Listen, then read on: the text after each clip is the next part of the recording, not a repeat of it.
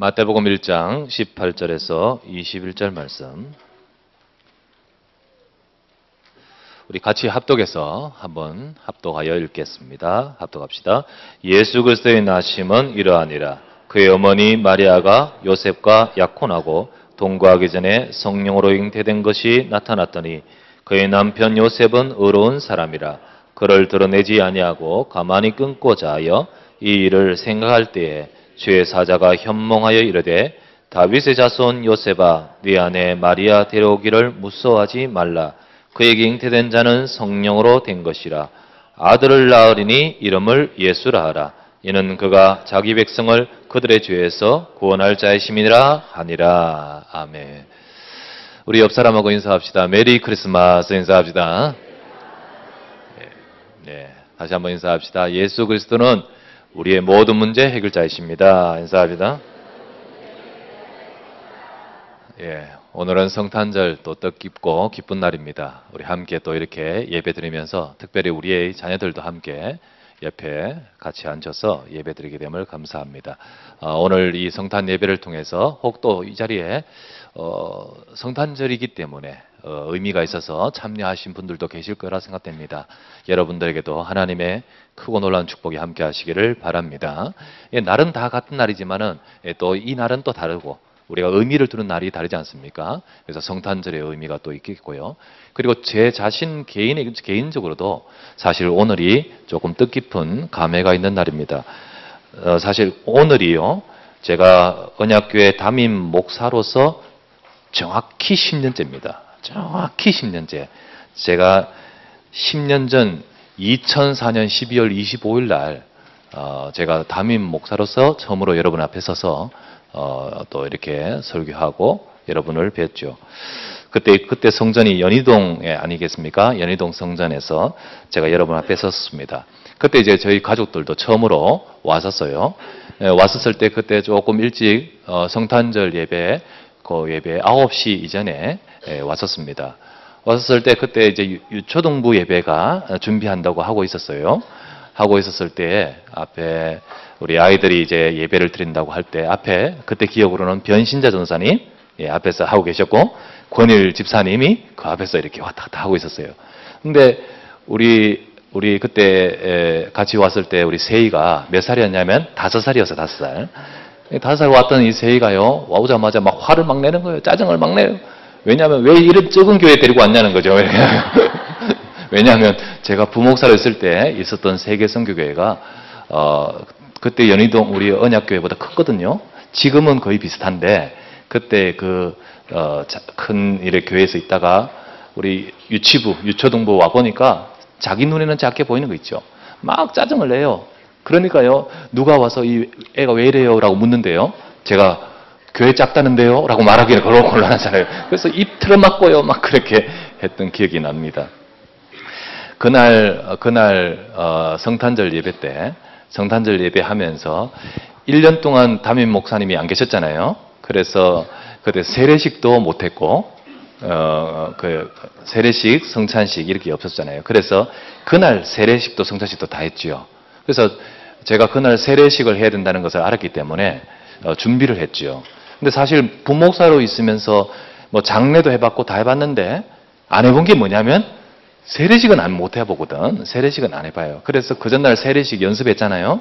우리 애 머리 놔두고 물 부으면서 세례 연습 좀 하고 그날 와서 그때 세례 준자가 누구였냐면 우리 작은 세희, 김세희, 그리고 세원이, 그리고 양지원, 지원이였을 것 같고요. 지원이, 그리고 소아, 그리고 우리 또 김금옥 권사님 그때 세례 받으셨습니다.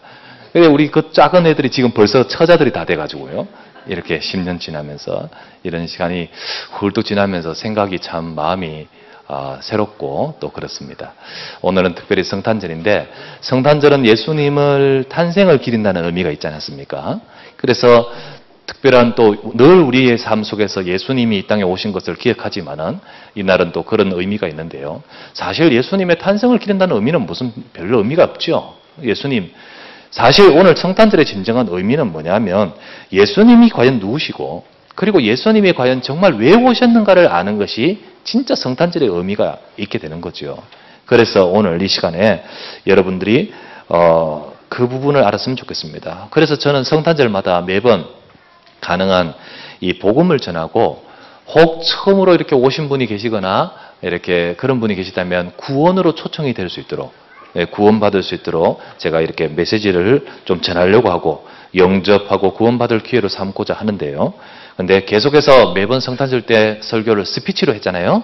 이렇게 강단에서 구두로 이렇게 설교했는데, 오늘은 좀 판서로 해볼까 해서 칠판을 준비하라고 했습니다. 그래서 그림 그려서 여러분들한테 좀 이해되기 쉽게 하고자 하는 마음도 있고, 그런 의미로 여러분들 혹 이 자리에 오셨던 분들, 오신 분들 가운데 처음 오신 분이거나, 아니면 우리 계속 신앙생활하는 우리 성도님들도 정말 예수님이 누구시고 예수 그리스도가 왜 오셨는지에 대해서 우리 짧은 시간이지만은 정말 여러분 인생에 중요한 답이 되기를 주의 이름으로 축원합니다.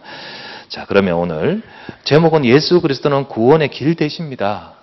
오늘 본문을 읽었는데, 예수님이 오셨습니다. 아들을 낳으리니 이름을 예수라 하라. 이는 그가 자기 백성을 그들의 죄에서 구원할 자이십니다. 구원자이십니다. 자, 예수님이 누구십니까? 예수님은 왜 오셨습니까? 여러분, 이게 성경의 주제입니다. 성경의 주제는 다른 걸 말하지 않고 많은 내용이 들어있지만은 주제를 정확하게 알아야겠죠. 성경의 주제는, 성경은 우리에게 우리가 정말 구원받고 우리가 하나님을 만나고 우리 인생이 행복한 인생, 축복받는 인생이 될 수 있는 길을 정확하게 말씀하시는 것이 성경입니다.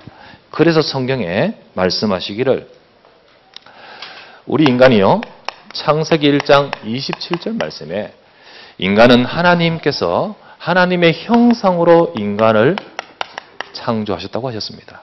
인간은 하나님의 형상으로 만들어졌단 말이 무슨 말이냐면, 인간은 하나님이 영이신데 영이신 하나님처럼 인간은 영적인 존재라는 겁니다. 그래서 인간은 영적 존재이다. 곧 우리 속에 영혼이 있습니다.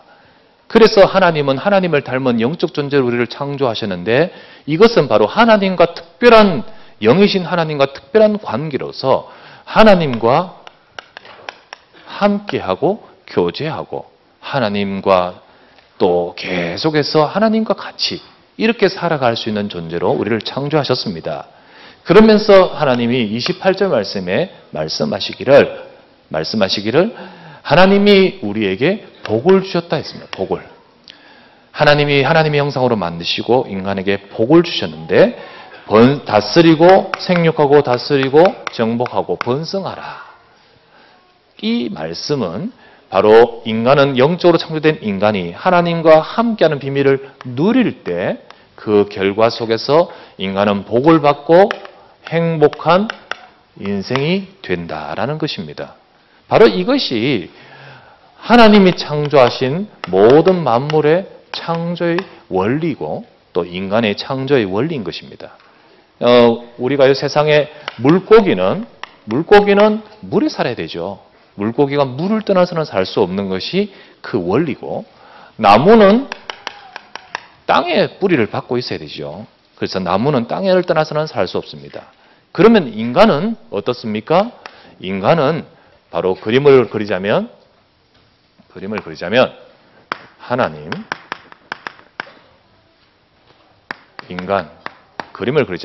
인간은 이렇게 하나님과 인간의 관계가 끊어지지 않고 쭉 이어져 있어야 됩니다. 그래서 인간은 하나님을 만나고 살아야 되는 것입니다. 이렇게 해야 인간은 여기 말씀하신 대로 우리가 행복한 인생이 될 수 있는 것입니다. 이것이 바로 우리 만물의 창조 원리요, 인간의 창조의 원리요, 또 축복의 원리인 것입니다. 바로 이것을 늘 우리는 기억하고 이것을 잃지 말고 이 속에서 살아가게끔 하시고자 하나님께서는 창세기 2장 17절 말씀에 절대로 모든 과일은 다 먹을 수 있대, 이 과일은 먹지 말라, 먹으면 정령 죽으리라 라고 하시는 선악과를 주셨습니다. 이 선악과는 과일이지만은 먹으라고 주신 것이 아니라 우리 인간이 하나님과 함께 살아야 되고 하나님을 떠나서는 살 수 없다 하나님 말씀 안에 살아야 된다라는 것을 설명해 주는 바로 말씀인 것입니다. 말씀. 그래서 인간은 이 말씀 안에서 살아야 됨을 늘 보면서 기억하게 하고 이 축복을 놓치지 않게끔 하시는 것입니다. 자, 그런데 인간이 바로 이 하나님 앞에서 이 말씀을 어기고 죄를 범하고 하나님을 떠나는 사건이 벌어지는 거죠. 축복받아서 이 행복 속에서 살아야 될 인생이 이 축복을 놓쳐버린 사건이 벌어진 것입니다. 그것이 바로 창세기 3장 4절에서 5절 말씀이에요. 뱀을 통하여 나타난 악한 마귀가 아담과 하와 인간에게 말하기를 너희가 이것을 따먹는 날에는 너희 눈이 밝아져 하나님과 같이 되어 하나님과 같이 된다고 했습니다. 그래서 이 말은 우리 인간은 하나님하고 함께 살아야 되는데 너는 하나님이 필요 없다. 너 스스로 하나님이 될 수 있다라는 것을 말하는 것입니다. 그런데 인간은 이 마귀의 말을 듣고 그 선악과를 따먹었는데 그 선악과를 따먹었는 것은 하나님의 말씀을 어기고 하나님 앞에서 범죄하게 되는 것입니다. 그래서 이 범죄를 하면서 결국 인간은 하나님하고 함께 하는 자리에 있지 못하고 하나님을 떠나버리게 된 것이지요. 그래서 그 하나님을 떠나버린 그것을 그림으로 표현하자면 바로 이와 같이 하나님, 인간의 모습이 이렇게 단절되어 버린 것이죠. 그때부터 모든 문제가 인간의 속에 시작이 된 것입니다. 왜 사람들의 삶에 고통과 문제가 있는지요? 왜 사람들이 왜 고통과 어려움이 가득한지요? 여기서부터 그 원인이 어딨냐? 원래 우리를 축복되게 창조하신데 그 축복의 자리를 잃어버린 사건이 바로 이것입니다. 여기서부터 모든 문제가 시작되는데 그 문제가 어떤 것이 있느냐? 첫 번째로 인간은요, 영적인 문제가 있습니다. 인간이 영혼을 가진 영적인 존재이긴데 하나님과 함께 살아야 되고 그렇게 살아야만 우리가 행복하게 돼 있는데 하나님을 떠나면서 범죄하면서 마귀에 속아서 하나님을 떠나면서부터 제일 먼저 시작된 것이 바로 영적인 문제인 것입니다. 그래서 모든 문제는 여기서부터 시작되는 거예요. 그래서 이 문제를 바로 근본 문제라고도 합니다. 모든 문제의 시작이 여기서부터 있다는 거죠. 그래서 이 근본 문제인 문제가 우리 모든 인간 속에 다 갖고 있는 겁니다. 여기서부터 문제가 시작돼요. 그것을 성경에 말씀하시기를 요한복음 8장 44절 말씀에 요한복음 8장 44절 너희는 너희 아비 마귀에게서 났으니 너희 아비 마귀의 욕심을 너희도 행하고자 하느니라.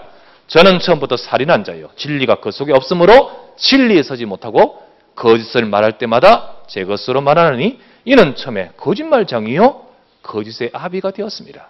이 마귀에게 속아서 인간이 너희 아비 마귀라고 했듯이 마귀의 자녀가 되어버린 거죠. 결국은 이 말의 뜻은 뭐냐면 인간이 바로 여기에 잡혀버렸다라는 소속을 말하는 것이고 결국은 그 상태가 바로 우리 인간의 지금 운명의 상태인 것입니다. 이것이 바로 우리 속에 문제가 시작된 거예요. 그러면서 마귀에게 속아서 하나님 앞에 범죄했는데 로마서 3장 23절 말씀에 모든 사람이 죄를 범하였음에 하나님의 영광에 이르지 못하더니 다 죄를 범했다고 했습니다. 곧 첫사람 아담과 하와가 범죄했던 그 범죄가 그 모든 것들이 그 후손인 인간에게 그대로 죄성으로 갖고 있는 것입니다. 그리고 또한 세상을 살아가면서 또 죄를 짓고요. 그래서 이 죄로 인해서 인간에게는 죽음이 들어오고 그리고 저주가 이 땅에 온 것입니다.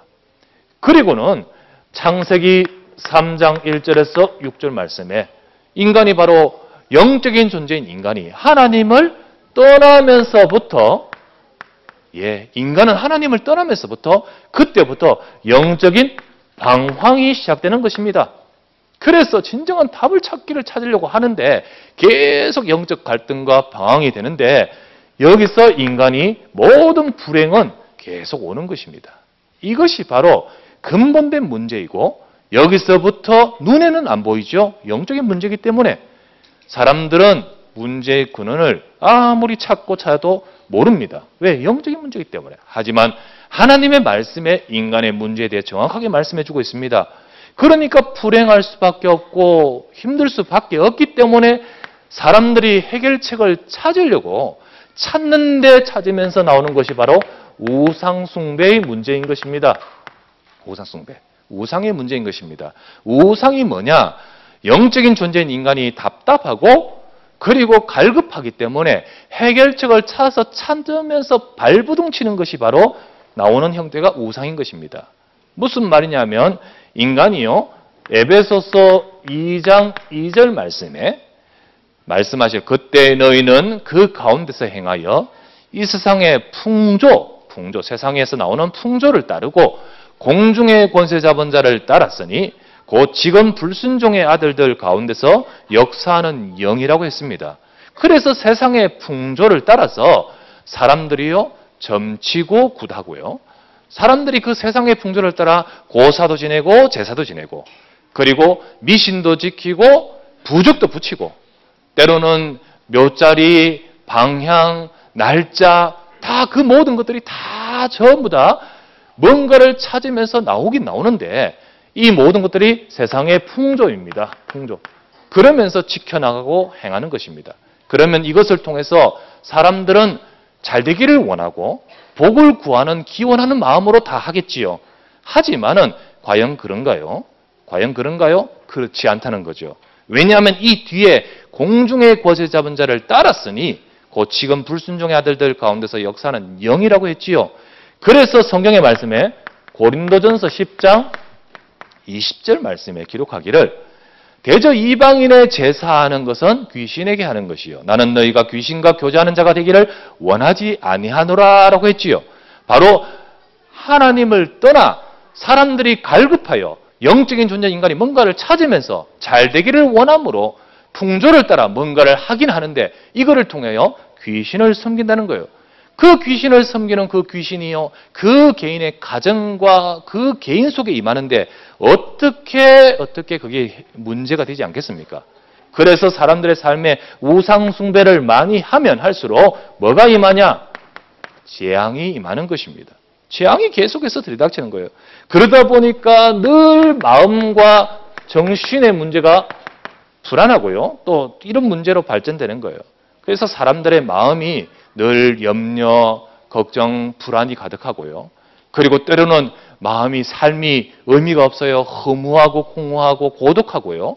때로는 이 사람들의 마음이요. 늘 이렇게 여러 가지 많은 어려움을 통해서 상처를 받고 피해의식이 가득하고 여러 가지 많은 황폐함이 가득한 거예요. 이 마음이 잘 해결돼야 되는데 사람들의 삶이 그렇지 않잖아요. 이게 발전되면서 깊어져서 심해져서 병으로 나타나는 것이 정신적인 문제 아닙니까? 그 정신적 문제로 어떤 사람은 우울증을 겪고요. 어떤 사람은 이게 두려워요. 삶이 공황장애와 같이 이렇게 여러 가지 어려움이 있고요. 그리고 정신분열과 망상, 그리고 편집, 집착증. 그래서 예를 들면요. 이게 편하지 않아요. 뭔가를 하면 잘 우리가 할 수 있어야 되는데 그게 아니고 거기에 아예 잡혀버리는 것 아니겠습니까? 그런 문제까지 발전하는 거예요. 그러다 보니까 어떻게 되냐면 나중에는 망상, 환각, 환청까지 시달리는 사람도 있습니다. 그게 눈에 보여요, 들려요. 이게 심각해진 문제인 거예요. 이게 어디서부터 오냐? 여기서부터 오는 거예요. 그러다 보면 어떤 사람은 잠도 편안하게 못 자요. 두려워서 못 자고, 불면증이라서 못 자고, 자면 갑이 눌려서 못 자고, 악몽에 시달려서 못 자는 거예요. 저는 이런 사람들 정말 많이 봤습니다. 그런데 그 사람이요, 이 말씀을 딱 듣고 답을 찾는 순간 그날 밤에 끝나는 거예요. 여러분들 이 복음이 사실 우리 인생의 사람들이 여기서 답을 찾지 못하면요. 복음으로 답을 찾자면 여기서 벗어나지를 못하는데 마음과 정신이 시달리고 계속 괴로운 거 있죠. 성경에 보면 마가복음 5장 1절부터 10절에 보면 그라사라는 지방에 미친 사람이 한 사람 있잖아요. 귀신 들려 미친 이 사람을 마을에 동네에 가족들이요. 이 사람을 쇠사슬로 묶어서 무덤가에 묶어 놓잖아요. 그래서 사람들이 통제가 안 되기 때문에 그렇게 했겠죠. 사람들도 그 사람이 통제가 안 되고 그 본인도 자기 마음이 통제가 안 되는 거죠. 진짜 이게 내 마음이고 내 정신이지만은 사람들의 마음은 내 마음대로 되지를 않는 거예요.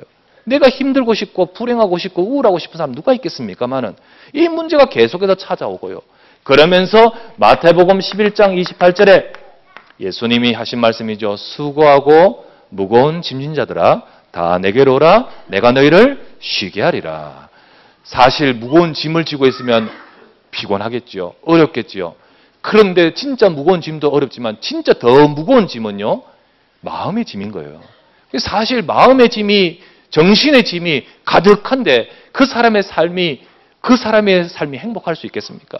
이 세상에 많은 사람들이 이 마음과 정신으로 힘들고 어려워하는 가운데 결국은 마음과 정신, 생각 이 문제는 어디로?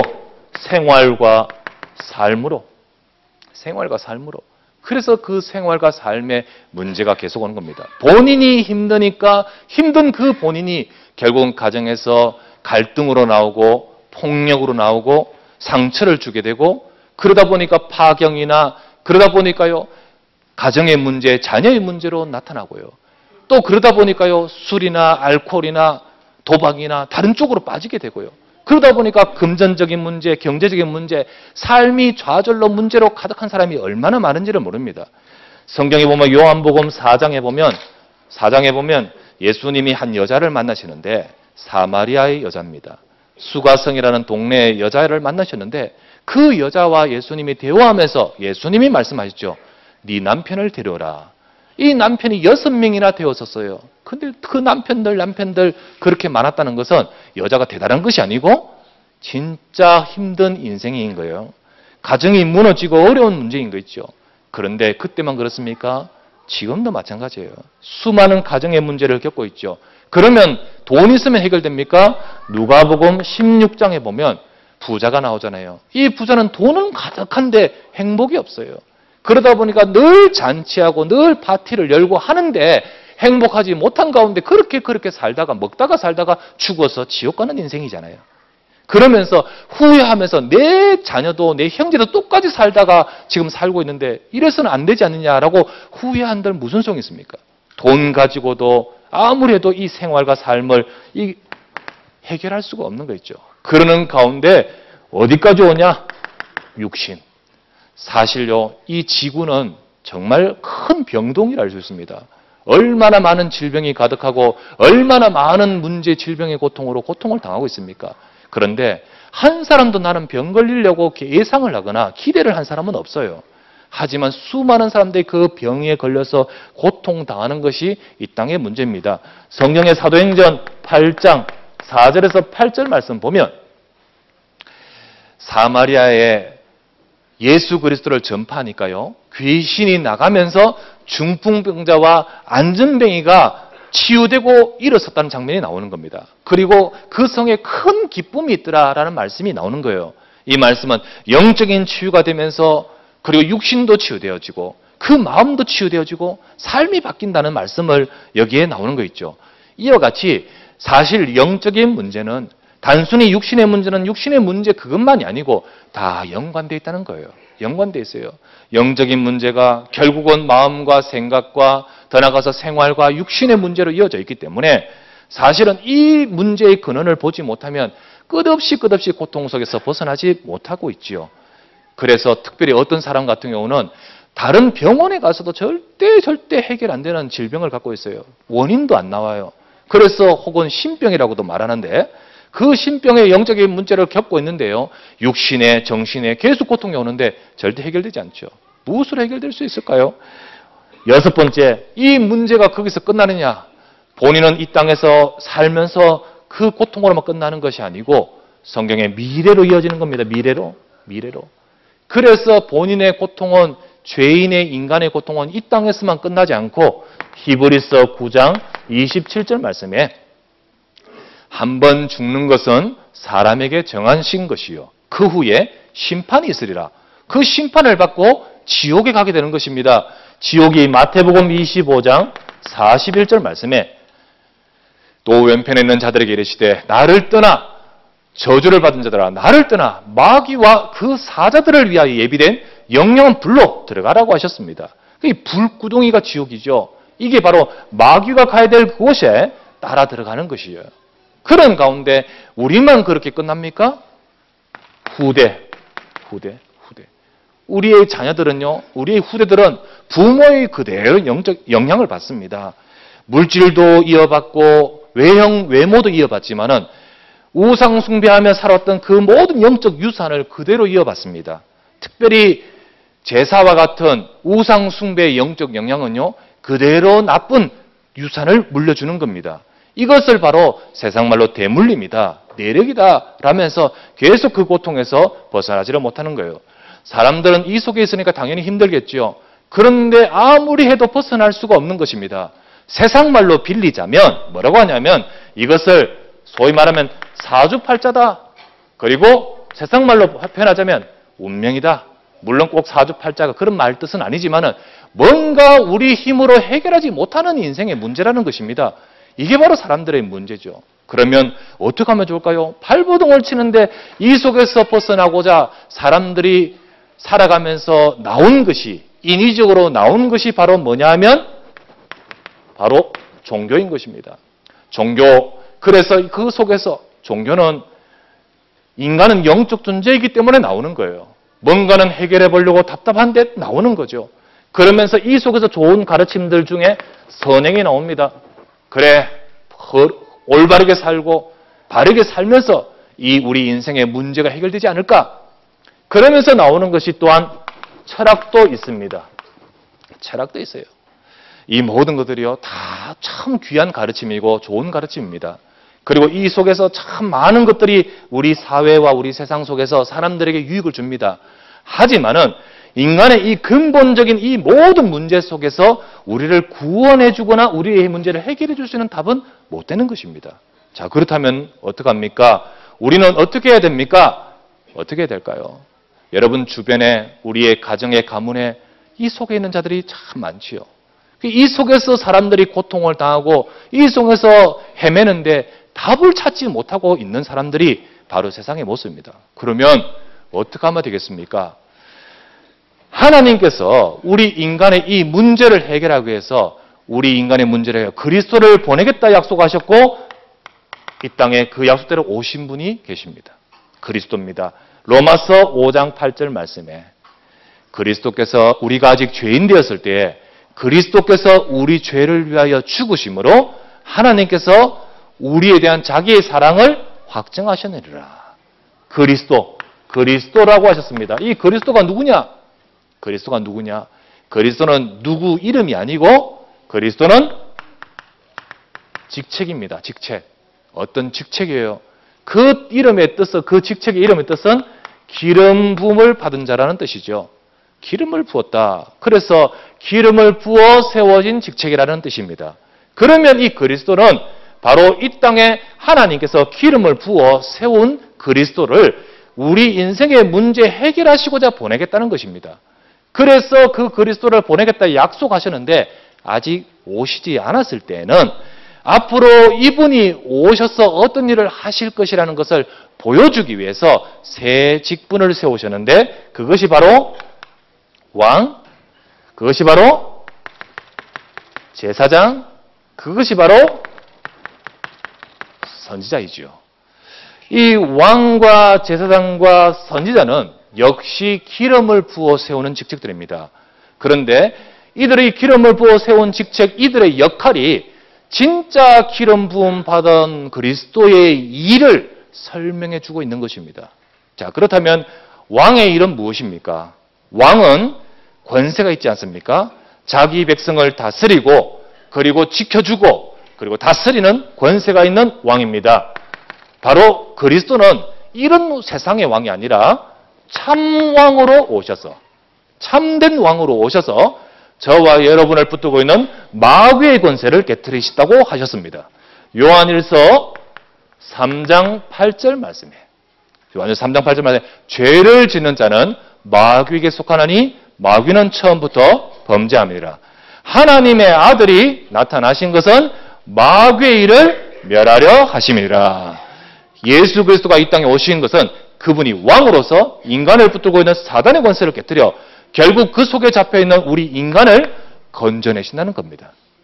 예수 그리스도는 제사장이라 하셨습니다. 제사장은 어떤 역할입니까? 제사장은 양을 잡거나 짐승을 잡아 피를 흘려서 인간의 죄를 속죄하는 일을 하는 것입니다. 그런데 예수 그리스도는 이런 제사장이 아니라 참 제사장으로 오셔서 짐승의 피가 아니라 자신의 피를 흘려 우리를 죄에서 건지시기 위해 오셨습니다. 로마서 8장 2절 말씀이에요. 이는 그리스도 예수 안에 있는 생명의 성령의 법이 죄와 사망의 법에서 너를 해방하였습니다.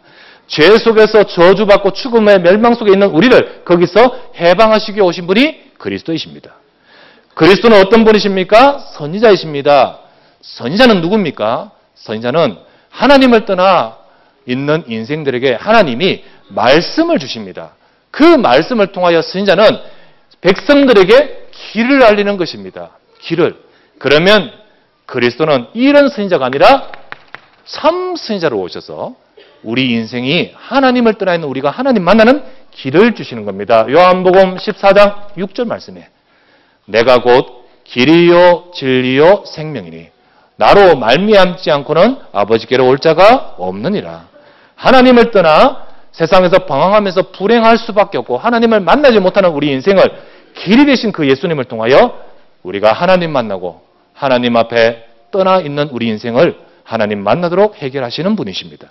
자, 그렇다면 이 그리스도는 바로 이런 세 가지의 중요한 일을 행하시는 분이시다. 자, 그러면 그리스도가 누구십니까? 이 그리스도가 누구시냐는 거죠. 세상의 사람들 가운데 이단들, 특별히 다른 교주들 가운데 내가 그리스도다, 내가 구세주다라고 말하는 사람들이 있는데요. 절대 그럴 수 없습니다. 그 어떤 사람도 인생의 이 문제를 해결할 그리스도가 될 수 없습니다. 누구만이? 하나님이 사람의 몸을 입고 오신, 이 땅에 오신 예수님만이. 하나님이 사람의 몸을 입고 이 땅에 오신 예수님만이 그리스도가 되시는 겁니다. 마태복음 16장 16절 말씀에 예수께서 대답하여 이르시되 시몬 베드로가 대답하여 이르되 주는 그리스도시요 살아계신 하나님의 아들이시니이다. 시몬 베드로가 대답하여 이르되 예수님은 그리스도라는 사실을, 이 고백이 중요한 것입니다. 예수님이 그리스도다. 바로 예수님이 그리스도로 오셔서 우리 인생이 갖고 있는 죄와 마귀의 권세에서 우리를 건지시고자 왕, 선지장, 제사장으로 우리 인생의 모든 문제를, 근원적인 문제를 해결하시고 우리 인생의 전체의 모든 문제를 해결하셨다는 것입니다. 이 사실을 바로 저와 여러분들이 성경에서 보아야 되는 거예요. 이것을 하나님이 말씀해 주고 계십니다. 자, 그렇다면 우리는 어떻게 해야 됩니까? 여러분, 이 자리에 계신 여러분과 저는 어떻게 해야 합니까? 다른 것 할 것이 없습니다. 다른 것 할 것이 없어요. 하나님은 저와 여러분에게 이 사실을 믿으면 된다고 하셨습니다. 여러분, 이 자리에 계셔서 오신 분들, 이 예수 그리스도를 믿으면 되십니다. 그런데 세상에서는 종교와 선행과 철학과 같이 모든 것들을 가지고요, 우리가 답을 주려고 하는데 이 모든 것들은 소위 말하면 인위적인 것이지 않습니까? 결국 인간이 깊이 통찰하고 깊이 또 노력하고 함으로써 나온 것인데요. 그러나 이 모든 인위적인 것이 가치는 있지만은 진짜 문제는 해결하지 못하기에, 곧 우리 인간의 노력으로 해결이 안 되기에 하나님은 우리 보고 믿음을 말씀하시는 겁니다. 우리 보고 여기서 스스로 빠져나오라고 하지 않으시고 그리스도가 하신 이 사실을 믿으라고 하시는 것입니다. 여러분, 이 사실을 내가 믿을 때 성경 요한복음 5장 24절 말씀이에요. 요한복음 24절 말씀에 내가 진실로 너에게 이르노니 내 말을 듣고 또 나 보내신 이를 믿는 자는 영생을 얻었고 심판에 이르지 아니하나니 사망에서 생명으로 옮겼느니라. 예수님께서 저와 여러분의 죄를 위해서 십자가에서 못 박혀 죽으셔서 우리의 모든 문제를 해결하신 그리스도라는 사실을 믿는 순간에 사망에서 생명으로 옮겼느니라. 이것이 바로 하나님이 우리에게 말씀하시는 복음인 것입니다. 믿을 때 어떤 일이 벌어집니까? 믿을 때 사망에서 생명으로 옮겼느니라. 바로 저와 여러분 인생에 변화가 주어진데 그것을 바로 구원이라는 거예요. 그러면 믿는 것이 뭐냐? 어떤 사람은 교회를 열심히 다니는 것을 믿는 것으로 아는데 요한복음 1장 12절 말씀에 영접하는 자, 곧 그 이름을 믿는 자들에게 하나님의 자녀가 되는 권세를 주셨으니 라고 하셨습니다. 믿는다는 것은 예수님을 구주로, 예수님을 그리스도로 내 마음속에 영접할 때 하나님의 자녀가 된다 하셨습니다. 이 시간에 예수님을 내 마음에 영접할 때 하나님의 자녀, 내 인생이 마귀의 자녀가 아니라 하나님의 자녀, 그때 우리 속에 하나님을 잃어버린 우리가 하나님을 만나게 돼요. 하나님이 우리 속에 들어오시는 겁니다. 그때부터 그 인생은 하나님이 함께 하시는 것입니다. 하나님이 함께 하시는 것이 내가 잘해서가 아니고 하나님의 자녀이기 때문에 함께 하시는 겁니다. 이것을 바로 뭐냐면 신분이라는 겁니다. 이 신분은 절대로 다시 컴백하지 않습니다. 하나님이 우리 속에 함께 계셨던 그 하나님이 우리를 떠나지 않습니다. 하나님이 우리 속에 들어오시고 우리를 구원받은 하나님의 자녀가 되는 순간 영원히 함께 하신다고 약속하셨습니다. 이 사실이 바로 저와 여러분에 주시는 구원의 은혜인 것입니다. 그러면 하나님이 함께 하신 그 하나님이 우리를 가만히 두고 계시냐? 우리를 인도하시는 겁니다. 하나님은 하나님 백성을 책임지시고 이끄십니다.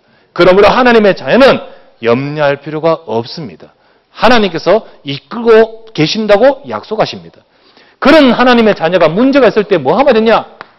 기도하면 됩니다. 하나님은 하나님의 자녀의 기도를 들으시고 응답하시겠다 약속하셨습니다. 이런 하나님의 자녀의 축복 속에서, 신분 속에서 하나님은 저와 여러분에게 능력을 주시고 또 우리의 삶에 축복하시고 권세를 주셔서 이 땅을 살아가는 동안 승리하게 만드는 것이 바로 하나님의 약속인 것입니다. 여러분, 이런 축복이 이 멸망 속에 있던 우리가 이런 축복으로 되게 만드는 것이 무엇 때문에 됩니까? 예수 그리스도를 통하여. 믿을 때 이런 일이 벌어지는 것입니다. 믿을 때 이런 일이 나타나는 거예요. 그래서 이 시간에 여러분과 제가요, 믿을 때 영접하는 자, 곧 그 이름 믿는 자에게 하나님의 자녀되는 권세를 주셨으니 여러분 마음속에 이 그리스도 예수를 통하여 생명을 얻기를 바랍니다. 성경의 로마서 10장 10절 말씀에 사람이 마음으로 의에 이르고 입으로 시인하여 구원에 이르느니라. 마음으로 믿어 의에 이르고 입으로 시인하여 구원에 이르느니라. 계시록 3장 20절 말씀에 볼지어다 내가 문 밖에 서서 두드리노니 너희가 내 음성을 듣고 문을 열면 내가 너희에게 들어가서 너와 더불어 먹고 너는 나로 더불어 먹으리라 하셨습니다. 주님은 지금도 우리의 마음의 문을 두드리시며 예수님을 구주로 영접할 때 우리 속에 들어오셔서 우리 인생을 사망에서 생명으로 옮기신다 하시는 겁니다. 이 축복을 이루기 위해서 이 땅에 예수님이 오셨습니다. 여러분, 오늘 이 시간 이 자리에 계신 여러분들 가운데 이 속에 살면 아니 되잖아요. 이 속에서 멸망하는 인생으로서 방황하면서 답을 찾지만은 정말 우리 인생의 문제에서 해결해 주신 답을 하나님은 말씀하고 계시는데 여러분, 이 자리에 계신 여러분들 모두가 말씀대로 영접하는 자, 곧 그 이름을 믿는 자야. 볼지어다 내가 문 밖에 서서 두드리노니 너희가 내 음성을 듣고 문을 열면 내가 네게 들어갈 것이다. 사람이 마음으로 믿어 의에 이르고 입으로 시인하여 구원에 이르니라. 오늘도 하나님이 주신 이 구원의 축복을 받는 사람이 마음으로 믿고 입으로 시인하여 곧 뭐죠? 내가 예수님을 내 구주로 영접하는 고백을 말하는 것이죠. 그래서 이 시간 여러분들이 마음의 문을 열고 예수님을 나의 구주로 고백하는 순간 여기서 여기로 옮겨지는, 멸망에서 생명으로 옮겨지는 하나님의 약속이 여러분 개인에게도 이루어질 줄 믿습니다. 이 축복이 함께 하시기를 주의 이름으로 축원합니다. 그러기 위해서 오늘 이 시간에 혹 이 자리에 계신 분들 가운데 내가 하나님을 모르고 하나님을 떠나 살았구나. 내 인생이 참 많은 고통 속에서 지금도 답을 찾지만 힘들고 있구나. 하지만 하나님께서 나의 문제를 해결하기 위하여 이 땅에 오신 그리스도, 그 그리스도를 오늘 처음 듣고 내 마음속에 여러분의 마음의 문을 두드리시는 그 예수님을 여러분이 영접하시기를 바랍니다. 사람이 마음으로 믿고 그리고 입으로 고백해서 그 입으로 고백하는 여러분 되시기를 바랍니다. 그것을 위해서 제가 이 시간에 여러분 앞에서 예수님을 구주로 고백하며 영접하는 기도를 할까 합니다. 그때 여러분들이 이 시간 저를 따라 기도하시면서 여러분 마음속에 마음의 문을 열고 예수님을 구주로 영접하는 자, 곧 그 이름 믿는 자가 하나님의 자녀된다 했는데 그 자녀의 축복을 받으시기를 주 예수 이름으로 축원합니다. 저를 따라 눈을 감으십시다. 이 시간 눈을 감으시고 하나님이 저와 여러분을 구원하기 위해서 보내신 예수 그리스도를 여러분의 마음에 진실로 문을 열고 하나님 앞에서 고백하며 영접하시길 바랍니다. 저를 따라 기도하십시다. 다 함께 기도합니다. 사랑의 하나님 아버지, 지금 이 시간에 내 마음의 문을 열고 예수 그리스도를 나의 구주로 영접합니다. 하나님을 떠나 죄와 마귀에게 잡혀 멸망하는 인생을 살고 있다가 예수님께서 내 모든 죄를 해결하시고 마귀의 권세를 깨뜨리시고 하나님 만나는 길을 열어주심을 이 시간 믿고 마음속에 예수님을 영접합니다.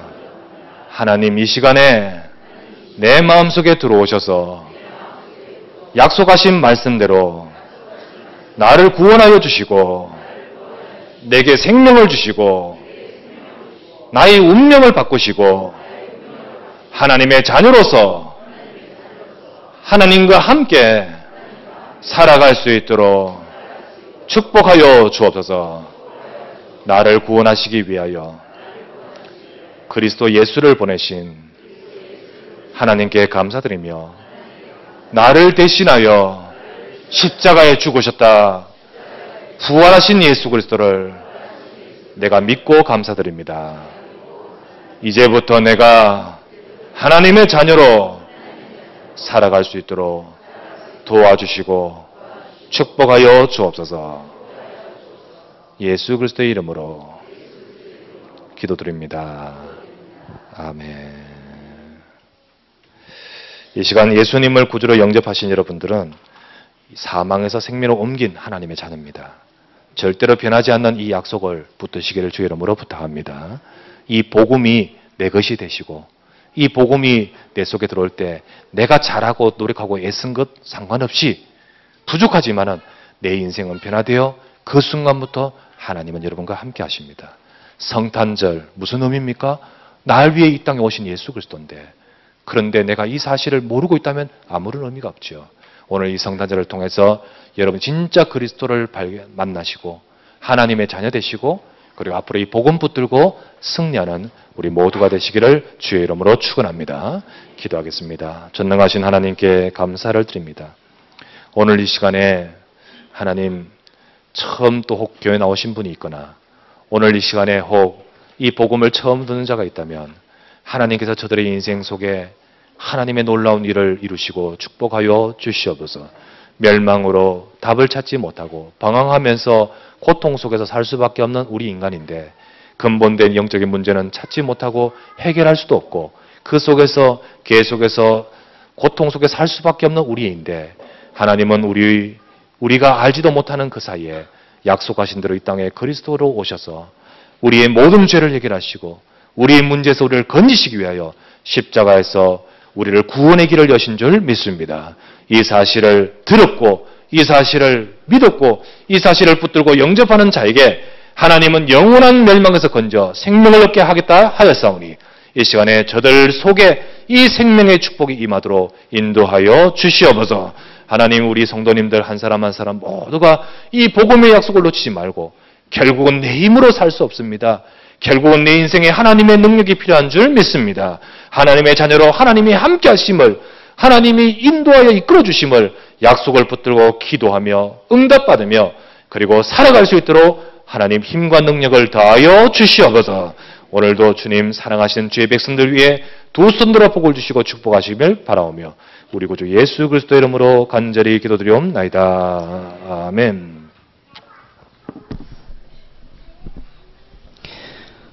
찬송가 122장 우리 찬양 드리면서 성탄 예물을 하나님께 드리겠습니다.